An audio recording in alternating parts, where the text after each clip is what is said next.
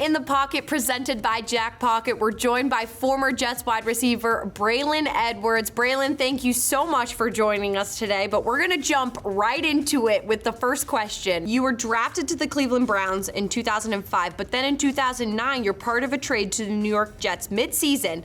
How did your teammates welcome you, and what was the attitude in the locker room?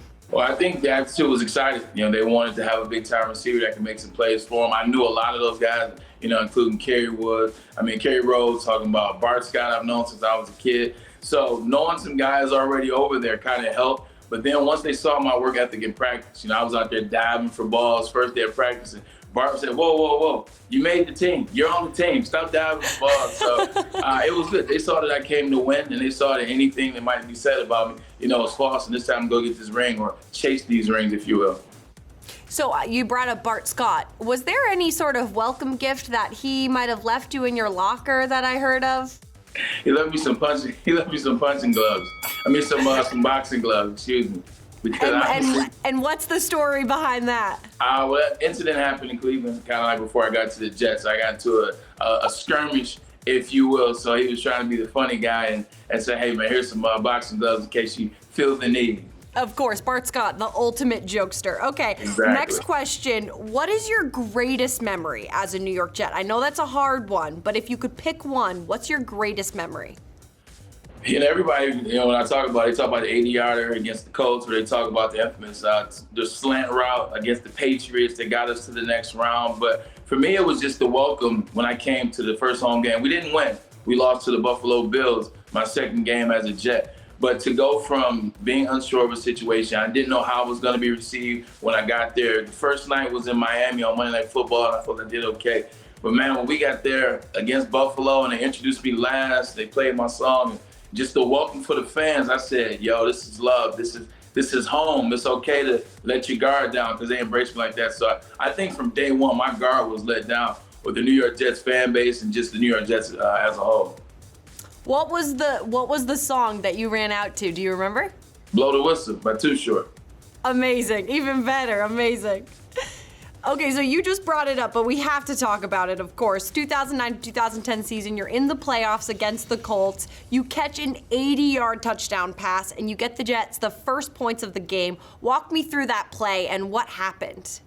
So we played the Colts the last game of the season, and they played their starters for the first, couple series or so, and then they started, taking Peyton Manning out, taking certain players out. So we gave them some looks that we knew that they were going to keep on film in practice, and one of the looks was kind of a lazy slant with an option to throw the ball or run the ball. And so we threw it on a 2-point conversion the first time we played them. So then, boom, the rest is history. We beat the Colts.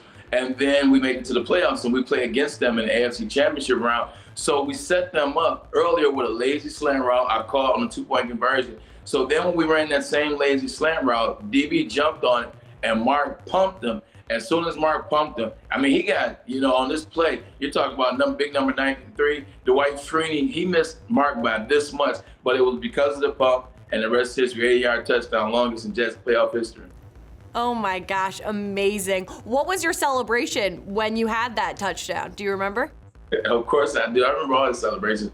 I was doing it's Jerome from Martin, like on the episode of Martin Lawrence. Like Jerome would always kind of do this and do some joking stuff. And so you see the infamous picture of me doing this in the end zone. It's me doing my Martin impersonation.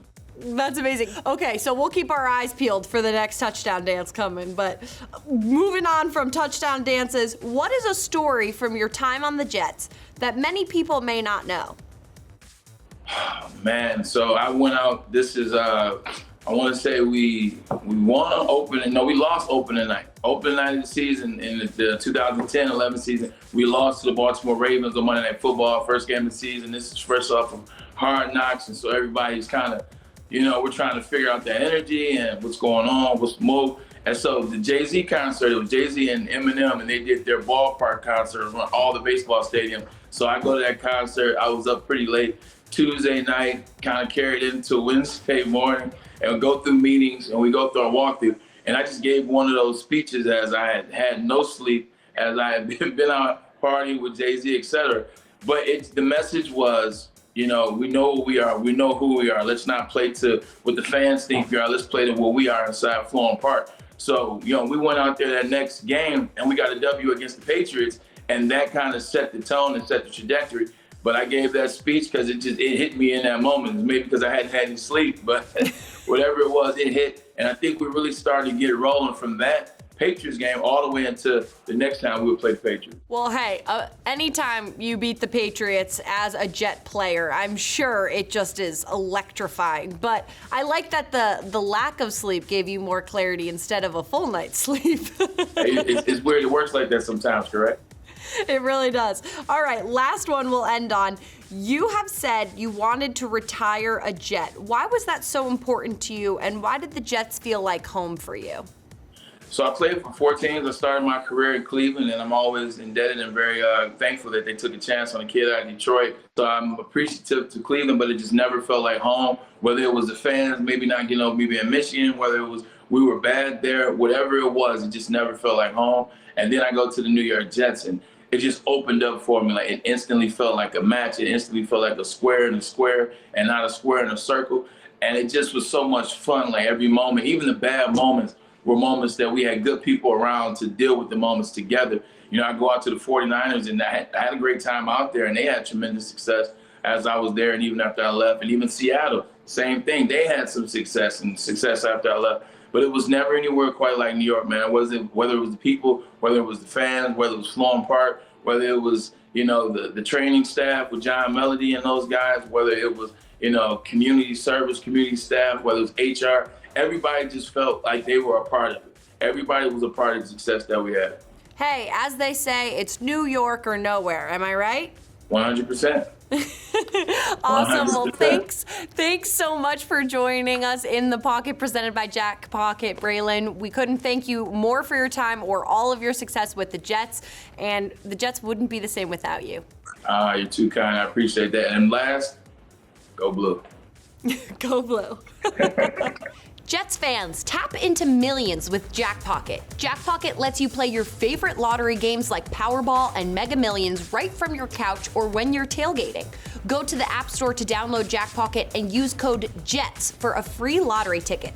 That's code JETS for a free lottery ticket. Jack Pocket is the official digital lottery app of the New York Jets. Must be 18 or older to play. If you or someone you know has a gambling problem and wants help, call 1-800-GAMBLER. Please visit jackpocket.com/TOS for full terms of service.